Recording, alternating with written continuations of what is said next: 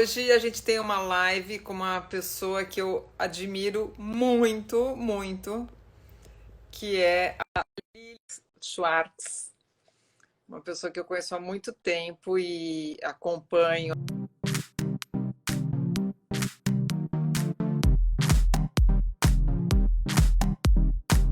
Então, queria te apresentar um pouquinho para as pessoas que ainda não te conhecem, se é que alguém não te conhece.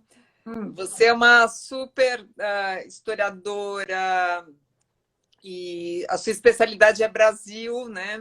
E escravidão. Quero te contar que um dos momentos que me emocionou muito na vida foi quando você fez aquela leitura com Lázaro Ramos na Flip, É mesmo, foi uma emoção, né? em 2017, sobre o Lima Barreto, sobre quem você também tem um livro, né? É, é. E foi incrível aquele dia, né, Lili? Eu acho que até para vocês também foi muito emocionante, né? Emoção. Olha, eu tinha momentos que o nosso diretor pedia, o Felipe Rich pedia para eu prestar atenção. Ele olhava para mim, porque eu ficava tão emocionada com a leitura do Lázaro, e que por mim eu parava naquela circunstância. Mas você mandou muito bem, viu? Porque contracenar com o Lázaro não é fácil, né? Obrigada. A única vantagem é que eu fazia papel de eu mesminha, né? Da história. E aí, Lili, a gente marcou essa live há um tempão e hoje eu me toquei que ela acontece no dia, não 13 sei de se você se tocou, né? No dia que foi assinada a Lei Áurea da abolição da escravidão, da escravatura. E eu te pergunto, por que que não temos motivo para comemorar? Boa pergunta. Bom, Lilian, primeiro, muito obrigada pela generosidade, uma alegria, né? Tudo que a gente precisa fazer agora é cruzar as fronteiras disciplinares, né? Você é uma grande referência nesse mundo complexo, incrível da moda, então é uma alegria, uma honra. Que bom, que bom. 13 de maio, eu acho que a gente não tem nada a comemorar, né? Ou seja, mas nós precisamos lembrar e criticamente, né? Ah, Hum.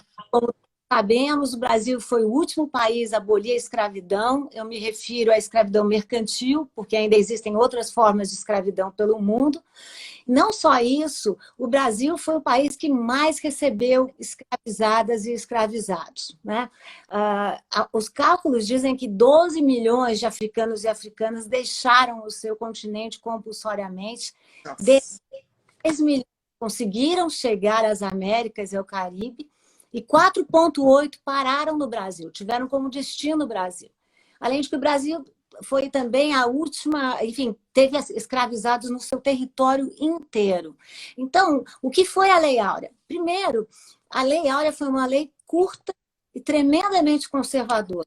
Na época, existiam projetos de leis com mais inclusão social dos escravizados e escravizadas. Nada disso passou. Além do mais, o que nós sabemos dessa lei é o seguinte: nós aprendemos nos nossos livros que a princesa Isabel nos deu a liberdade. Eu lhe pergunto, Lilian, a gente pode dar a alguém algo que é direito inalienável de uma pessoa? Ninguém pode dar liberdade a alguém, ninguém tem esse direito. Então, eu acho que nós temos que pensar muito criticamente nessa história tão europocêntrica, tão colonial, né, que nós aprendemos nas escolas e pelo tempo afora, não é? Mas é incrível como a gente é eurocêntrico, né? É impressionante como a gente não consegue se livrar desse karma, né? Não, eu não sei se você está acompanhando a postagem da Fundação Palmares, que Hum. sido liderado por uma pessoa que não faz uma defesa dos negros, e essa pessoa vai questionando, por exemplo, a figura de zumbi. Então, eu fico me perguntando, Lilia, nós vivemos num país em que o IBGE acaba de dizer que negros e pardos correspondem a 56% da nossa população. O que significa para essa população não ter o seu passado africano legitimado pelas escolas? Eu não sou a favor de tirar história alguma. Eu sempre digo que mais é mais. Quanto mais história nós tivermos, tanto melhor. Mas é preciso que essas populações estudem, e por que não ter os seus próprios heróis? E Zumbi, o que é mais impressionante, Zumbi e Palmares estão documentados por um registro, uma fonte produzida pela repressão colonial. Portanto, a repressão não teria nenhum interesse em inventar um quilombo de Palmares, o que prova que história não é bula de remédio. Né? História a gente não faz querendo descobrir lá as respostas que eu previamente sei. A gente tem que lidar com os dados, com os registros que nós vamos encontrando. O resto é falsificação, não é verdade? Esse tema, os negros no Brasil, você acha que, de alguma maneira, mesmo eles usaram a moda ou a estética como força, como afirmação, antes e depois da abolição? Sim, ótima pergunta. A gente vê nas descrições que foram feitas pelos viajantes, e viajantes europeus também, é preciso que se diga, a gente também tem que ler essas imagens contrastadas para ver o que é verdade, né? Imagem não é ilustração, né? Imagem é documento mesmo, e a gente precisa, enfim, ver politicamente e questionar essas fontes, mas a gente pode ver nas fontes, como, por exemplo, muitas escravizadas e libertas usavam aquilo que era chamado de um pano da costa, né? Que elas usavam de muitas maneiras muito incríveis. Esses panos da costa, a repressão não sabia, as autoridades coloniais e imperiais não sabiam, mas nos panos da costa, que tinham cores muito fortes e padronagens muito definidas, estavam inscritos identidades dessas negras. Ou seja, era possível distinguir se elas eram negras da costa da Minas, se elas eram negras benguelas, se eram negras Moçambique. A gente pode ver isso nos dias de hoje a partir da padronagem. Então, enfim, é impressionante como todos os viajantes, nenhum deles deixa de falar das escravizadas e deixa de falar dos corpos negros de uma maneira geral. Isso porque eles tinham, sim, uma estética orgulhosa, e nós hoje sabemos, Lilian, que muitas Áfricas conviveram nesse ambiente brasileiro. Ou seja, essa circulação afroatlântica foi muito forte e as roupas, as padronagens eram grandes indicadores de identidades. E mais que isso, tinha inclusive uma relação dos senhores quererem mostrar também que as suas escravas eram poderosas, né? E vestiam, e faziam com que elas também se vestissem, digamos, para a missa do domingo, de uma maneira muito exuberante também, né? Duas coisas, Lilian, eu diria. De um lado, os senhores gostavam, sim, de se fazer fotografar ou de se fazer seguir por uma vasta escravaria, e uma escravaria muito bem vestida, você tem razão, porque, de um lado, eles mostravam a sua riqueza a partir desses símbolos, né? Eles mostravam como estavam bem nessa sociedade a partir da quantidade de escravizados e escravizadas que tinham e da maneira que estavam mais maltrapilhos ou não maltrapilhos. Mas essa era uma linguagem basicamente urbana, né? A grande maioria dos escravizados e escravizadas trabalhavam no eito. E aí não, se você pegar as fotos, sobretudo a partir de 1870, o momento de desmontagem da escravidão, eles aparecem com roupas muito esfarrapadas, né? Com roupas muito detonadas. Mas acho que tem um fenômeno interessante da gente falar, porque nas cidades, sobretudo no Rio de Janeiro, mas também em Salvador, existiam as famosas negras minas. Essa designação não era exatamente uma designação de nação, foi uma designação, isso também é muito bonito, criada no Brasil. Ou seja, no Brasil, elas reconstruíram os seus espaços negros, os seus espaços de sociabilidade. E essas negras minas, sobretudo no Rio, eram muito ricas. E elas trabalhavam em vendas e também tinham, muitas vezes, as suas escravizadas.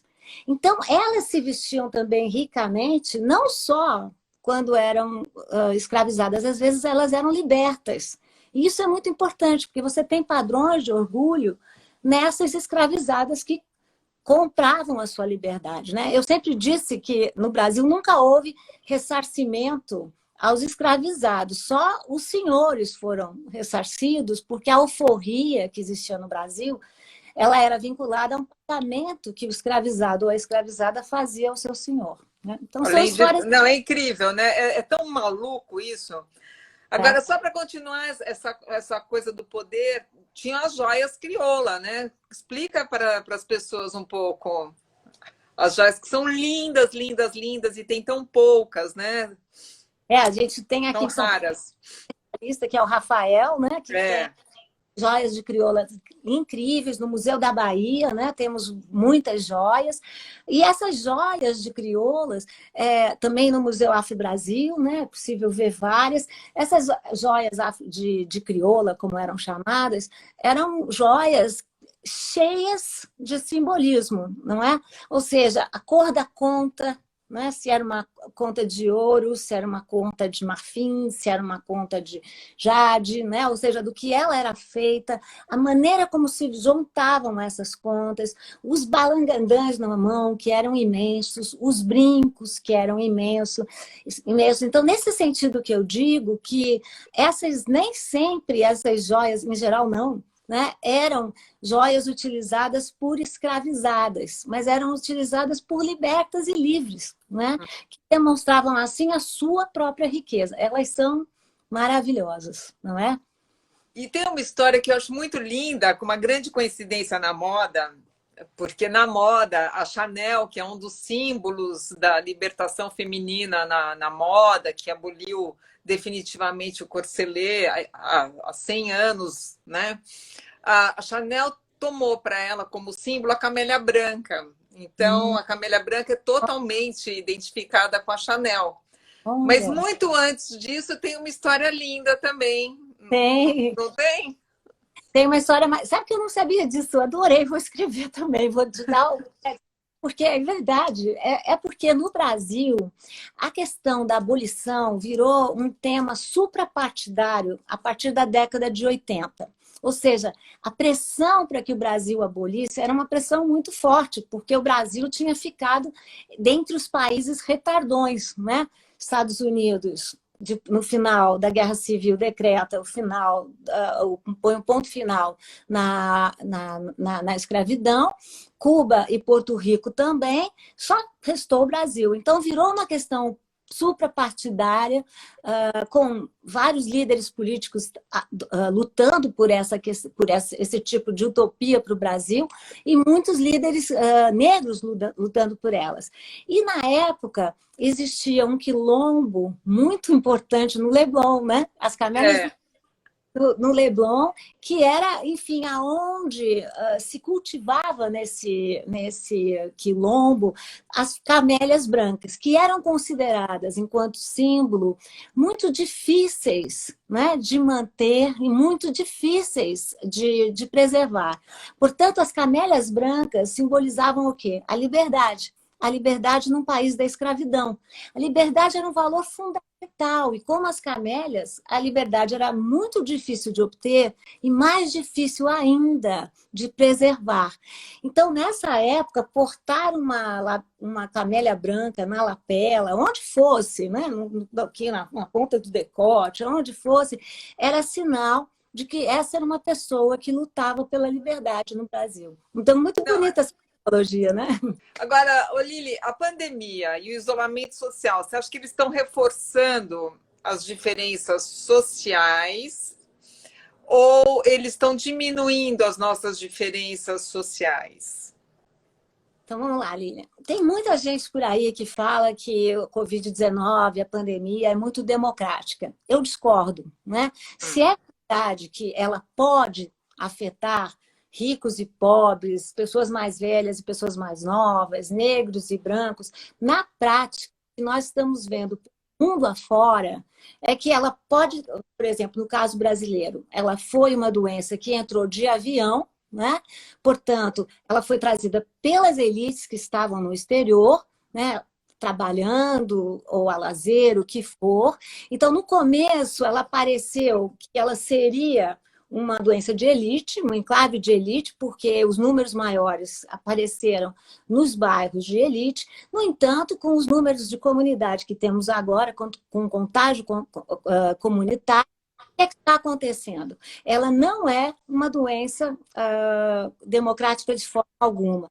Ou seja, o Brasil é um país campeão, né, no quesito desigualdade social. Numa das umas pesquisas que foram realizadas entre os países democráticos, não tenho mais muita certeza, o Brasil aparece junto de Catar, né?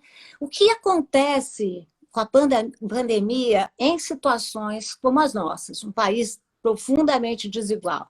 O que acontece? Nós vivemos num país em que boa parte da população, pelo menos 40%, 37%, vive em cômodos, né, em casas onde moram 4 ou mais pessoas. Portanto, para essas pessoas, o lugar de sociabilidade não é o lar, mas é a rua.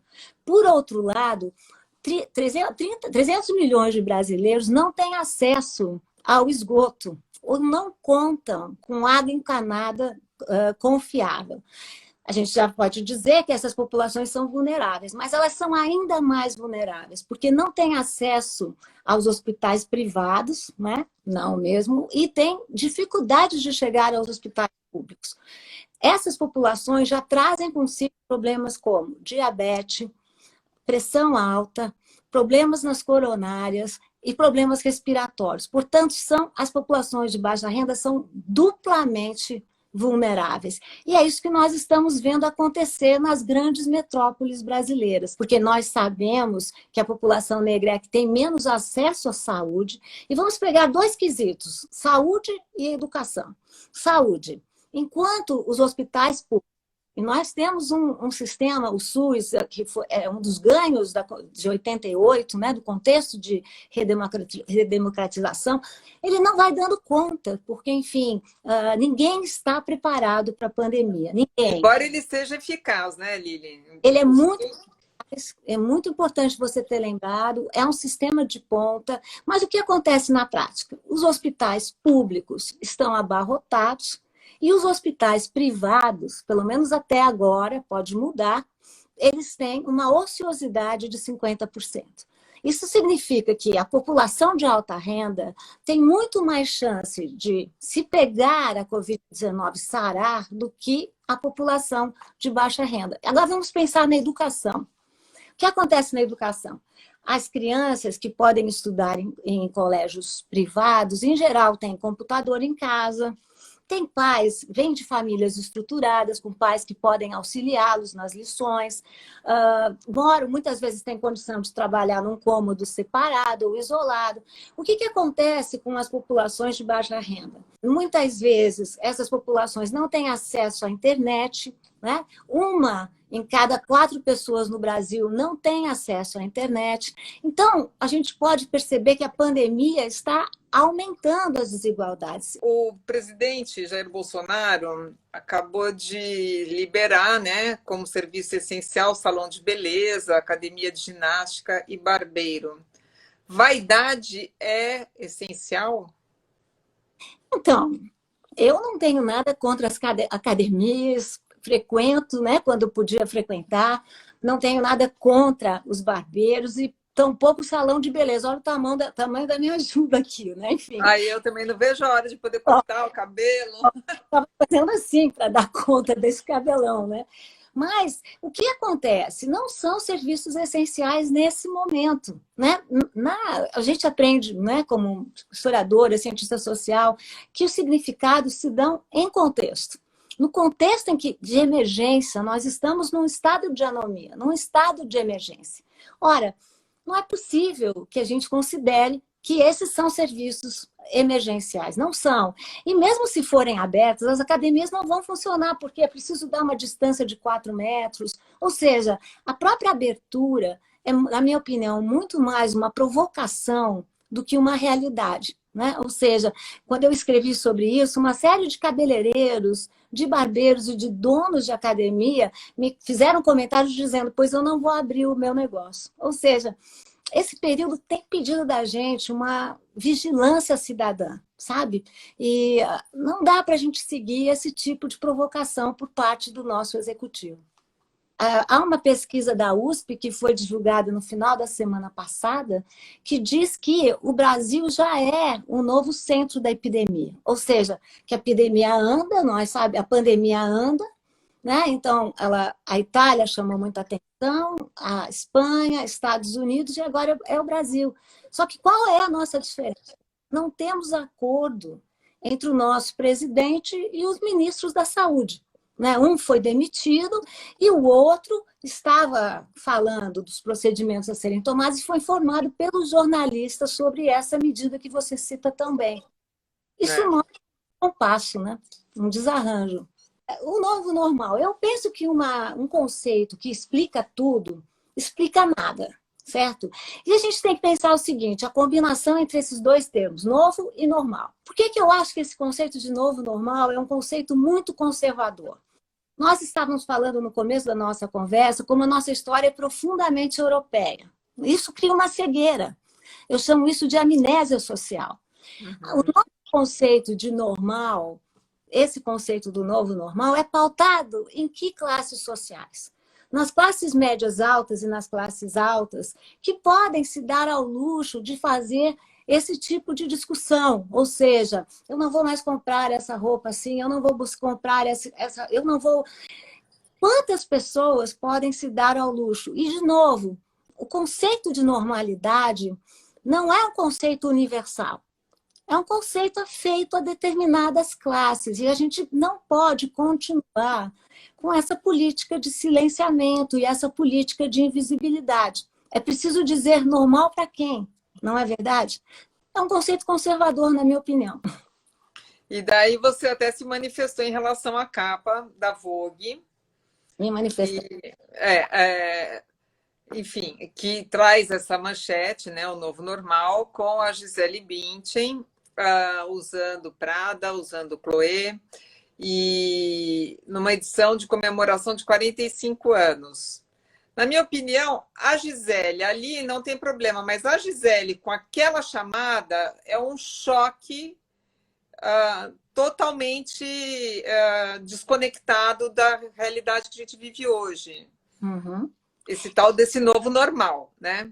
Exatamente. Eu acho que a questão... Eu gosto muito da Vogue, né? Não tenho Eu nada... também. Mas eu acho que a capa foi equivocada. Primeiro, a realidade é uma comparação. Se nós compararmos com outras capas de outras revistas femininas desse perfil, é muito claro como essas revistas estão, e não estou dizendo que a Vogue não está, estou falando exclusivamente dessa capa. Como essas revistas estão tomando uma atitude cidadã e saindo do clichê de que o novo normal é a mulher que fica em casa, que agora vai para o trabalho, que agora é arrojada. E qual foi a colocação da Gisele Bündchen, né? Um modelo, uma celebridade, né? Nesse contexto, com aquela frase embaixo, novo normal, e com uma máscara que saía aqui, não pegou bem. Quer dizer, pareceu um grande ataque a essa situação em que nós estamos vivendo, né? Quer dizer, ou muito bem a Gisele Bündchen, ou muito bem o novo normal. Mas os dois, enfim, o que a revista está dizendo? Que o normal é usar essas roupas, né? E que o novo normal é usar essas roupas deixando a máscara aqui, ou enfim, fazendo uma alusão ao que está acontecendo na realidade. Nós não podemos mais fazer alusão. Né? Nós estamos vivendo essa realidade. Um país que tem mais de 800 mortes por dia tem que viver o seu luto. E o problema é que nós não estamos preparados para a morte. E talvez essa capa é, na verdade, uma agressão não proposital, porque devolve de novo essa ideia da beleza. Como nós estamos retardando o tempo da beleza, ninguém pode ser velho, ninguém pode ser gordo, ninguém pode... Então, enfim, a gente tem que, nesse momento de luto, em que nós temos que aprender com o ritual da morte, e nós precisamos ser solidários com a morte, é preciso tomar cuidado. Não se trata de fazer uma coisa que eu discordo, de produzir intolerância, né, contra a Vogue. Não se trata disso de maneira nenhuma. Todo mundo erra, gente. Todo mundo...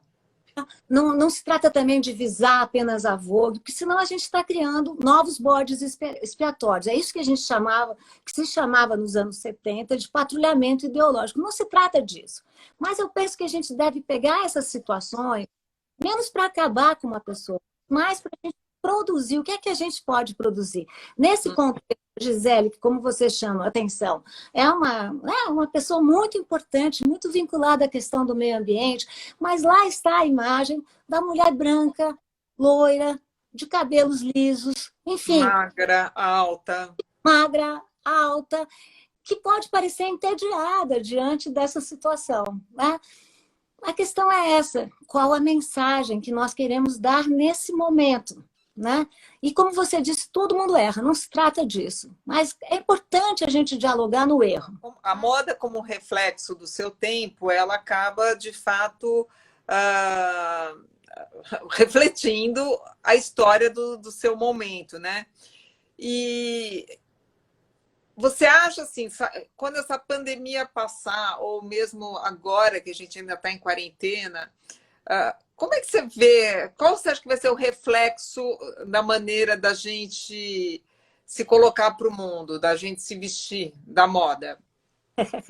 Acho que eu tinha que devolver essa pergunta para você. Eu arrisco de fazer a mesma pergunta para você, você que é especialista, né? Eu fico nessa fronteira entre a história e a antropologia, né? Mas como antropóloga que eu sou, eu tenho certeza, Lilian, que a cultura não é reflexo. A cultura produz. A cultura não é consequência. A cultura é causa. Quantas vezes a gente não aprendeu a olhar para um outro período a partir de uma tela que foi criada, né? A tela não é um documento, ela foi totalmente criada, não é? Quantas vezes também a moda, né? Existe o lindo livro da Dona Gilda de Mello e Souza, O Espírito das Roupas, né? Maravilhoso. Que mostra como a moda, enfim, não é uma consequência, né? Como ela produz, né? Eu acho que eu tenho lido muita gente dizer umas coisas assim, para que eu preciso de tanto, né? Vou ser menos consumista, para que eu preciso de tantas calças, tantos blazers no meu guarda-roupa? Eu diria para você que, bom, o historiador não é muito bom em futurologia, a gente erra. Nós somos melhores em processos que se encerram. Mas eu diria para você, acompanhando outros momentos, né, outras pandemias, né, que passado o momento do sufoco, o cotidiano fala mais forte. Né? Passado esse contexto em que nós estamos impedidos, né, de aparecer, que a gente não quer comprar uma sandália nova porque ninguém vai olhar, né? Enfim, que a gente está aqui com calça jeans e tudo mais porque, né, o famoso who cares, né? Quem se importa? Mas eu tenho dito por aí, Lilian, que eu sou pessimista, não, otimista no varejo e pessimista no atacado. Opa, explica. Eu acho, sim, que nós estamos vendo muitas demonstrações de solidariedade, que nós precisamos dela. Eu acho que a gente pode começar a refletir sobre o meio ambiente, como nós temos destruído o meio ambiente. Outro dia choveu granizo aqui em São Paulo. Há quanto tempo a gente não via chuva de granizo, não é? Eu tenho um amigo indiano que me falou, é a primeira vez que daqui da Índia a gente consegue ver o Everest. Mas nos outros momentos, por exemplo, na época da gripe espanhola, aqui no Brasil, em 1918, essa foi uma gripe muito rápida, veio em 2 meses, e assim como matou muito, ela desapareceu. Na sequência, as pessoas esqueceram. Infelizmente, o Brasil é um país com história, mas sem memória. E eu tenho muito medo se as pessoas, quando tudo for retornando aos poucos, se essa reflexão vai ficar datada e esquecida. A gripe espanhola de 18 tem muito a nos ensinar, mas uma coisa ela não tem a nos ensinar, que é o esquecimento. A gente não, nós somos um país pobre, um país, como estamos conversando aqui, desigual, nós não temos o direito ao esquecimento. Né? Então, Sairemos mais pobres, né? O país vai ficar ainda pior. Vai ficar mais desigual, as distâncias entre os mais ricos e os mais pobres vai se acentuar, e, por outro lado, esse será um país muito mais pobre, haja visto o desemprego, né, que está acontecendo, que está aparecendo agora, nesse momento, no Brasil. Mas disse que eu ia te repetir a questão. O que você, especialista em moda, acha que vai acontecer? Acho que hoje em dia, assim, ao contrário de 100 anos atrás, com gripe espanhola, com Primeira Guerra, ou enfim, quando tudo era muito mais enxuto, né? Então as pessoas tinham, sei lá, 3 roupas, né? O armário das pessoas tinha uma porta, 2 no máximo. Uhum. Hoje as pessoas exibem seus closets, né? Que parecem eu digo essa classe, essa elite branca em geral, né? Uhum. Então hoje em dia as pessoas que têm acesso, elas têm muito. E tem um lado positivo da moda, que é a possibilidade de você se expressar de várias maneiras. Então, vai ter quem vai querer a roupa do conforto e vai ter quem vai querer a roupa da ostentação ou do escapismo. Eu fiz outro dia um vídeo falando um pouco de como alguns estilistas foram muito sensíveis na última temporada que teve de moda, que sabe lá quando vai voltar a ter, fazendo roupas de grandes volumes que já impõem o distanciamento social, coisas que a gente não via mais. E, no entanto, de repente tem roupas gigantes ou roupas que já cobrem a cabeça, cobrem o rosto antes da pandemia. Então, isso eu acho fascinante nesses criadores, porque eles intuem, de alguma maneira, uma coisa que não era prevista, que foi criada no final do ano. Uhum. Então, acho que hoje a moda, de fato, tem essa vantagem de permitir que você se expresse ou usando o seu moletom ou usando amanhã, porque você resolveu, enfim, ser uma... Eu não vejo como. Assim, a única coisa que eu acredito e que eu espero é que as pessoas saiam um pouco mais conscientes do que elas têm, do que elas precisam. Que eu acho que isso é muito importante, porque como a moda muitas vezes é um impulso, é um desejo, nem sempre ela é racional. Eu tenho, pessoalmente, tentado ver isso como uma oportunidade da gente, de fato, se aprofundar em mudanças que talvez a gente estivesse empurrando com a barriga e tendo mais consciência do outro, porque essa coisa assim, você tem que cuidar do outro hoje, né? Tá claro isso. Se alguém tinha dúvida de que é preciso cuidar do outro e o outro estando bem, você também estará bem, acho que isso hoje está muito claro, né? Eu acho que não está. Eu sempre penso nessas situações como as duas faces de Janos, né? Eu tenho destacado muito como existe uma nova fase, uma nova face de fazer a política que tem sido representada por mulheres. Eu sempre parto do seguinte princípio: Ai, é bárbaro isso. As nossas governantes maravilhosas. se acontece uma vez, você fala coincidência. Se acontece duas, você fala muita coincidência. Se acontece 3, você fala aí tem coisa. Então vamos pensar nas primeiras ministras, nas presidentas da Islândia, da Finlândia, da Nova Zelândia, Nova Zelândia. de Taiwan, de Singapura, da Alemanha. O que elas estão fazendo? É o que você falou agora. Talvez elas estão usando essa categoria do cuidar, dos cuidados. Né? Nós, mulheres, não temos nada no nosso DNA que diga que nós nascemos para cuidar. Não. Essa é uma construção histórica, política e social. Mas nós temos sempre um olho para o cuidado.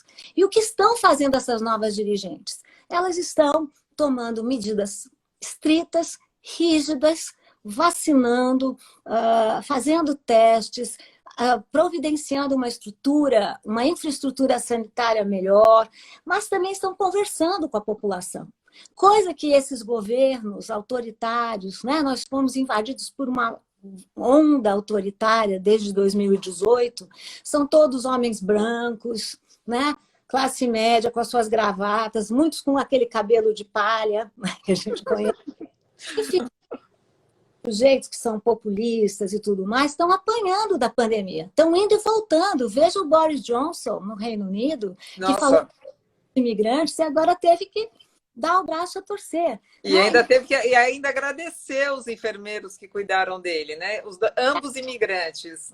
Ambos imigrantes. Agora, o que eu tenho medo é que também estados de anomia, como nós estamos vivendo, podem ser uma porta para governos autoritários. Ou seja, um estado de emergência permite que o Estado se agigante, certo? Mas o Estado não tem todos os direitos. não tem o direito de reprimir jornalistas, não tem o direito de não prestar atenção no conhecimento acumulado da ciência, não tem o direito de manipular informações da Organização Mundial da Saúde. Ou seja, então por isso que eu digo para você que eu tenho medo. De um lado, quem sabe estamos criando uma nova forma de fazer política, e quem sabe também estamos abrindo espaço e reforçando governos autoritários. Eu sempre penso, isso é mania de historiador, né? Eu sempre penso pelos dois lados. Eu nunca acho que a realidade vai só numa direção, não é? Não vai mesmo, né? Não... Tem uma Não, predominância de algum movimento, mas, né, de uma tendência, mas... é. Agora, Lili, e por falar em mulheres, deixando um pouquinho mais leve a nossa conversa ou não, você acha que, historicamente, também as tarefas domésticas são femininas, Uhum. né? Você acha que os homens têm contribuído mais nessas tarefas domésticas em geral, ou as mulheres estão apenas se sobrecarregando, mais uma vez, com mais tarefas, aquela tal da tripla jornada que a gente conhecia antes, que nem se fala mais, porque já não se separa, né, uma coisa da outra. Como é que você vê isso? Você acha que os homens estão contribuindo mais, ou mais uma vez as mulheres estão assumindo mais funções e responsabilidades? Bom, eu sei que você me pediu uma resposta mais leve, mas eu não vou poder te dar. A gente, logo nesse momento de pandemia, muita gente falou dessa questão, agora as pessoas estão aprendendo. Primeiro, isso depende, né, de onde você fala e para quem você fala. Nós sabemos que a pandemia fez crescer o feminicídio e o infanticídio, tanto que a Organização Mundial da Saúde criou protocolos para isso, né? O lar, não é, Lilian, pode ser um lugar tão perigoso como outros lugares, né? Essa é uma questão. A segunda questão para a gente prestar atenção, pesquisas realizadas também pela Folha de São Paulo, na semana passada, mostraram que com a continuidade da quarentena, as mulheres profissionais têm sido muito mais prejudicadas do que os homens profissionais. Isso quer dizer o quê? Que a velha e boa divisão do trabalho dentro da casa continua aparecendo e de forma reloaded, né? Uma forma rearranjada, né? Então, eu sempre acho isso. Tomara, né? Como você mesmo falou de uma forma tão bonita, eu adoraria fazer da crise um propósito. Eu tenho vários desejos, não é? Mas eu, como uma analista social, eu tenho que separar o que é desejo do que é dado de realidade. Né? Eu desejo tanto, né? Eu quero tanto, eu queria tanto um Brasil mais generoso, um Brasil mais inclusivo, um Brasil mais plural, né? Mas, infelizmente, a pandemia só está escancarando retratos na parede que nós já possuíamos, né? Nossa, Lili, mas é muito triste isso. A gente fica assim. Eu não quero que a gente sair dessa live, todos os nossos seguidores, muito entristecidos, porque você está falando é a pura realidade. Acho que toda desigualdade só será mais escancarada depois disso. Mas então, o que as pessoas que podem fazer alguma coisa devem fazer, então? Como as pessoas podem, de alguma maneira, tentar dirimir essas Bom, desigualdades, né? a gente sabe, não é, que o caminho da educação é o caminho necessário. Então, quanto mais a gente ajudar a fazer esse país um país da educação, todos nós, cada um do seu lugar, não é? Não tem um lugar certo para fazer isso. Cada um na sua área, cada um na sua posição. Quanto mais a gente propiciar que mais brasileiros tenham uma educação pública de qualidade, não é? Nós sairemos dessa desigualdade. O Brasil vinha mostrando patamares melhores até 2012, quando a recessão jogou para baixo de novo esses patamares. Nós também temos um exército de reserva, não temos? Essa guerra não está acontecendo. Então, que tal a gente falar da pandemia menos com dados bélicos e mais com dados humanitários. A gente pode dizer que essa pandemia é uma crise humanitária e que nós temos que vencer essa crise humanitária.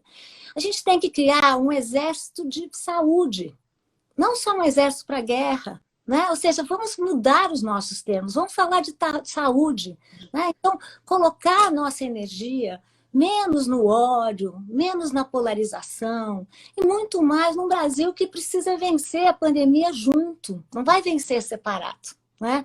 Então, acho que nós temos toda a condição de fazer, né? Eu penso que cada um de nós pode exercer uma vigilância cidadã, não é verdade?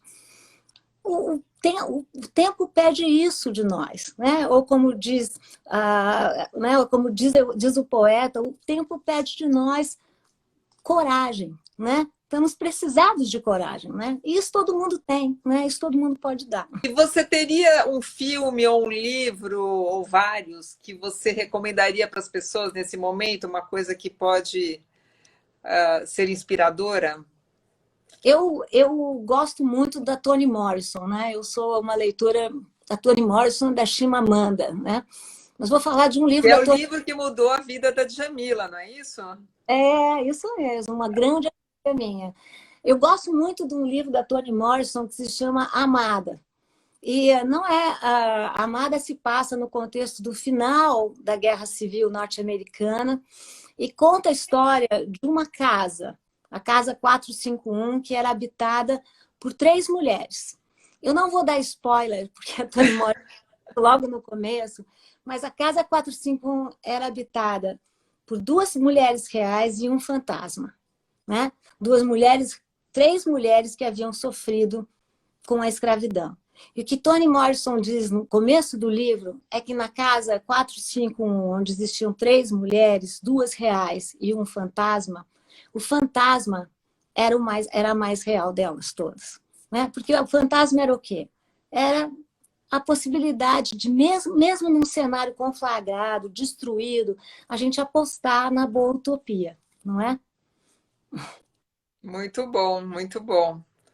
E como é que está sendo para você o dia a dia? Você consegue ler, você consegue trabalhar, ou como é que você está dividindo as tarefas aí com o maridão? A gente está dividindo bem, né? Botando aqui para limpar, para fazer tudo, ensinando também, porque é preciso ensinar, né? Pessoas que nunca fizeram, né?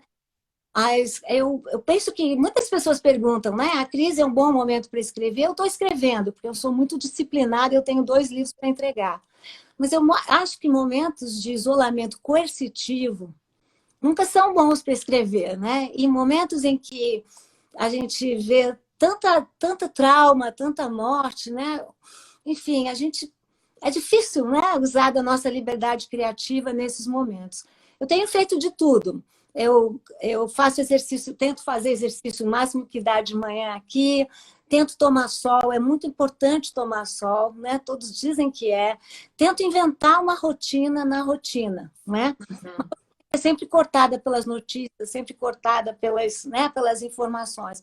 Mas a gente vai se reinventando, não é? Vai tentando. Eu tive um exemplo muito bonito. A minha mãe, de 88 anos, teve Covid, né? Nós nos preparamos para uma batalha, nós não queríamos que ela sofresse, e as porcentagens eram todas contra ela, né? Os médicos diziam que 55% dos casos era perecimento.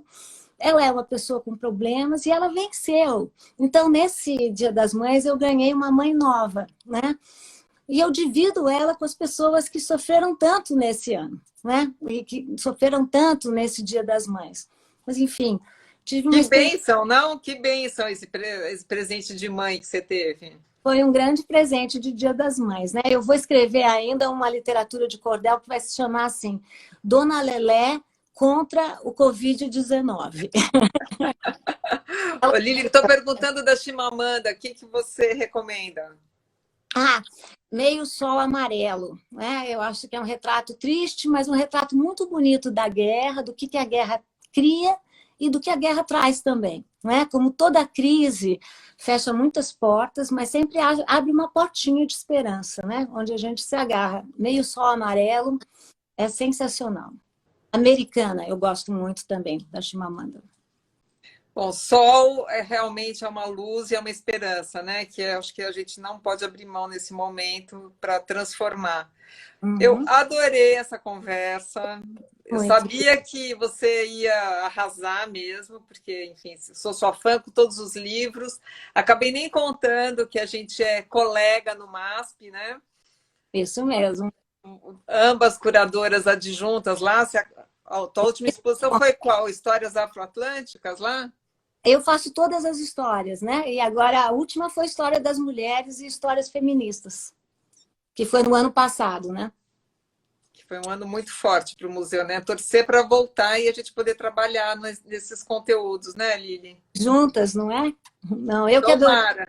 Muito obrigada, viu? Obrigada a você, obrigada a todo mundo que esteve É, aqui. Foi maravilhoso. estamos recebendo muitos corações aqui, não é? Muitos, foi muito, muito gostoso e muito forte. Obrigada, viu? Como é o Brasil agora. Obrigada. Tchau, tchau. Então, se vocês gostaram desse vídeo, por favor, deixa aqueles 3 Cs. Curtam, comentem e compartilhem. Fiquem bem, fiquem em casa, que a quarentena tá acabando.